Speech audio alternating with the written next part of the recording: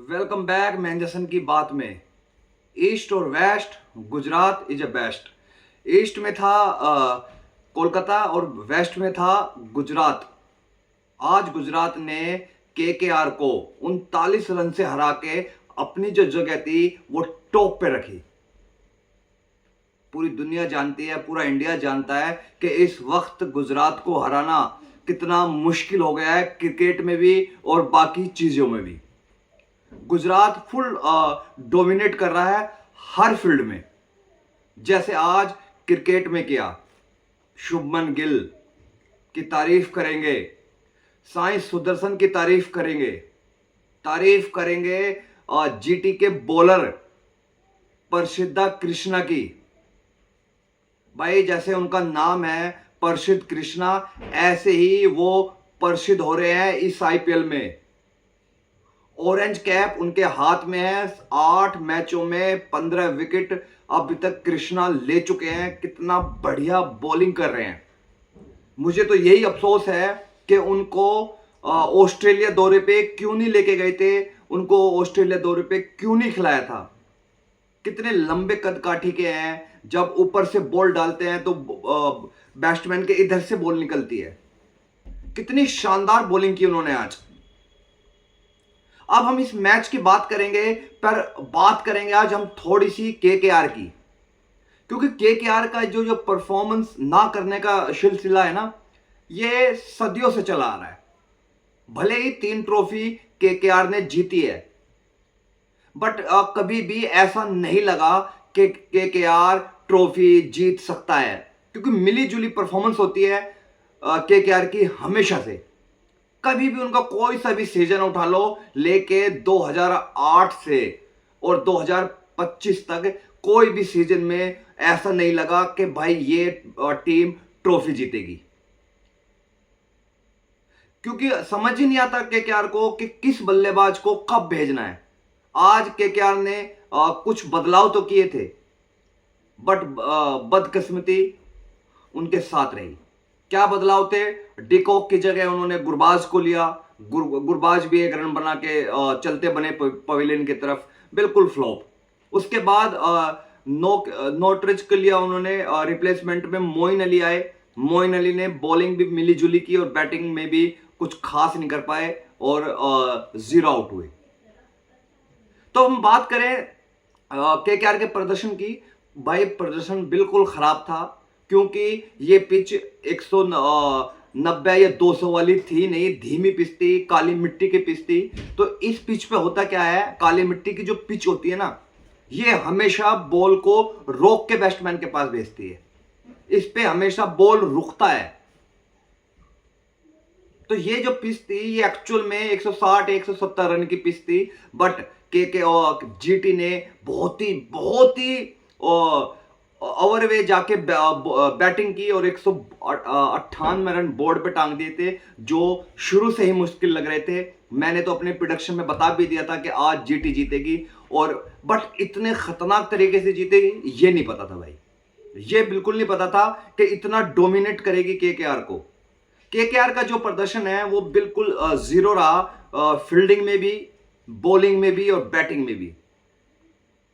तारीफ हम कर चुके हैं शुभमन गिल की, शानदार अर्धशतक लगाया। तारीफ कर चुके हैं हम साई सुदर्शन की, शानदार अर्धशतक लगाया। तारीफ कर चुके हैं हम जोस बटलर की, जिन्होंने लास्ट मैच में 97 रन बना के नाबाद रहे थे। वहां से ही अपनी पारी को आज भी उन्होंने शुरू किया और बड़े शानदार 40 रन बनाए।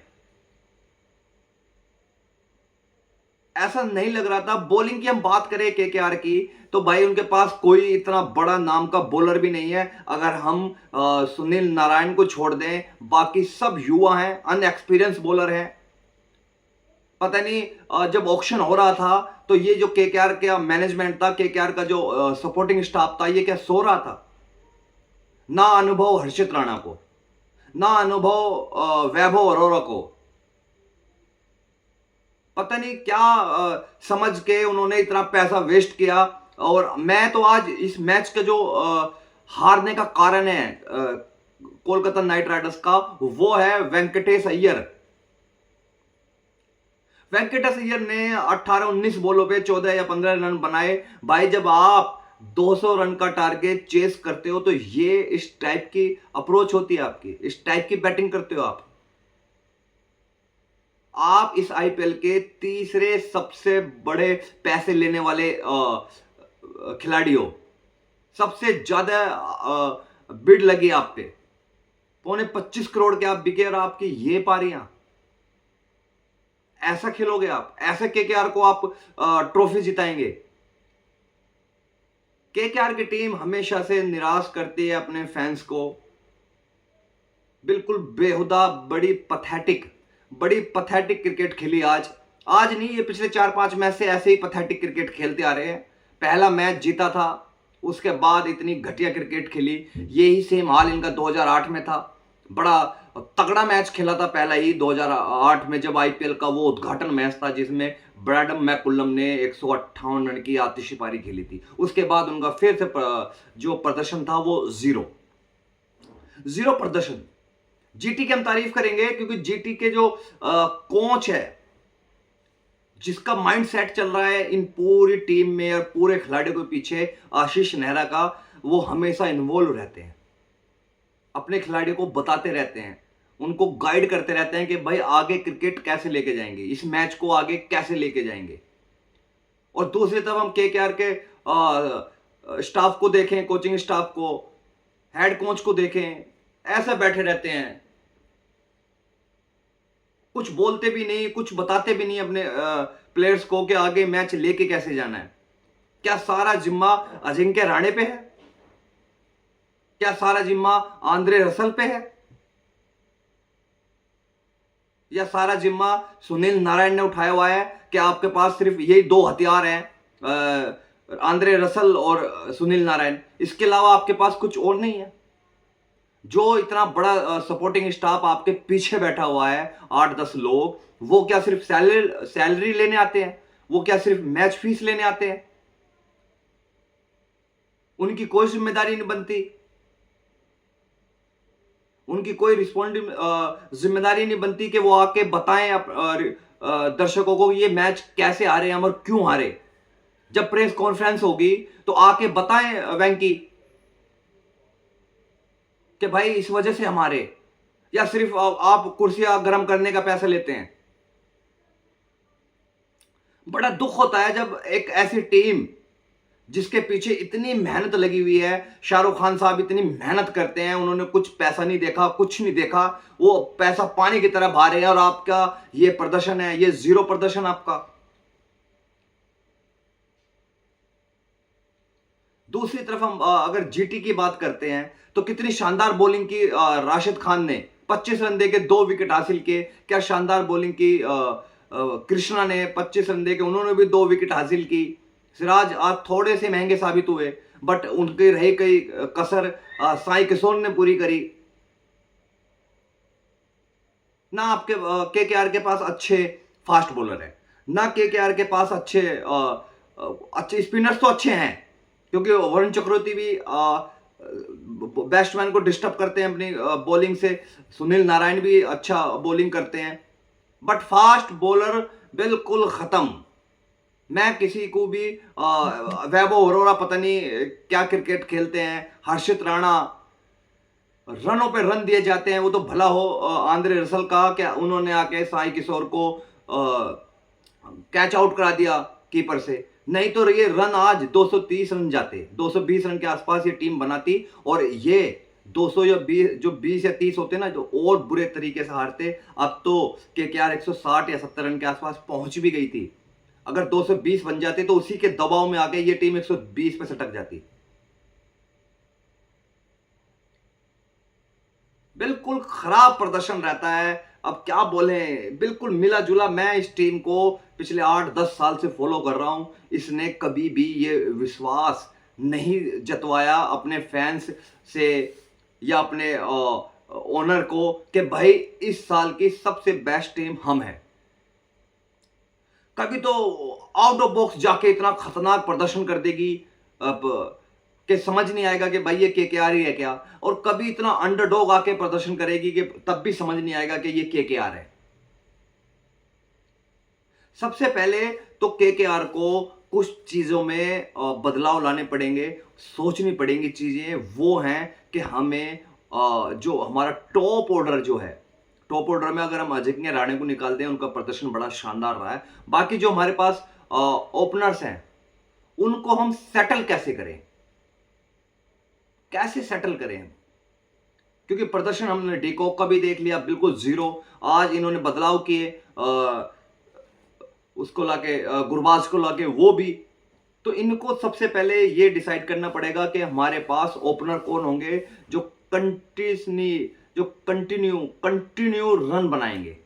उसके बाद इनको सोचना पड़ेगा कि हमारे पास फास्ट बॉलर वो कौन होंगे जो कंटिन्यू विकेट लेंगे, और जो रन रेट, जो ये भागते हैं ना इनके खिलाफ दूसरी टीम में रनों के मामले में, जो ये लीक करते हैं रन, वो रन रोकेगा कौन? कौन वो फास्ट बॉलर होगा जिसका डर दूसरी टीम में होगा? जैसे हम दूसरे बात करते हैं तो दूसरी टीमों के पास कुछ ऐसे फास्ट बॉलर होते हैं जिसका डर दूसरी टीमों को होता है। किसी भी टीम की हम बात कर लें, बेंगलोर के पास जोश हेजलवुड है, मुंबई के पास जसप्रीत बुमराह, ट्रेंट बोल्ट, पंजाब के पास अर्शदीप, ठीक है, जीटी के पास अब ईशांत शर्मा, मोहम्मद सिराज, प्रसिद्ध कृष्णा। तो ये जो बॉलर्स है ना, इनका डर होता है दूसरी टीमों में। और कलकत्ता के पास क्या है? वैभव अरोरा, हर्षित राणा। कौन जानता है इनको? कितनी क्रिकेट इन्होंने खेली है जो आप इनके कंधों पे लेके चल रहे हो केकेआर को? कोई ऐसा बॉलर है आपके पास इंटरनेशनल जिससे खौफ खाए दूसरी टीमें? नोटिस नोकिया थे आपके पास, उनको आप खिलाते नहीं हो। दूसरा तो मुझे कुछ और नाम पता चल नहीं पा रहे कि आपके पास ऐसा कोई बॉलर है जो दुनिया में टॉप हो। सारा पैसा आपने वेंकटेश अय्यर पे खर्च कर दिया, श्रेयस अय्यर को आपने रिटेन नहीं किया। रिटेन भी आपने ऐसे पता नहीं कौन प्ले कर लिए।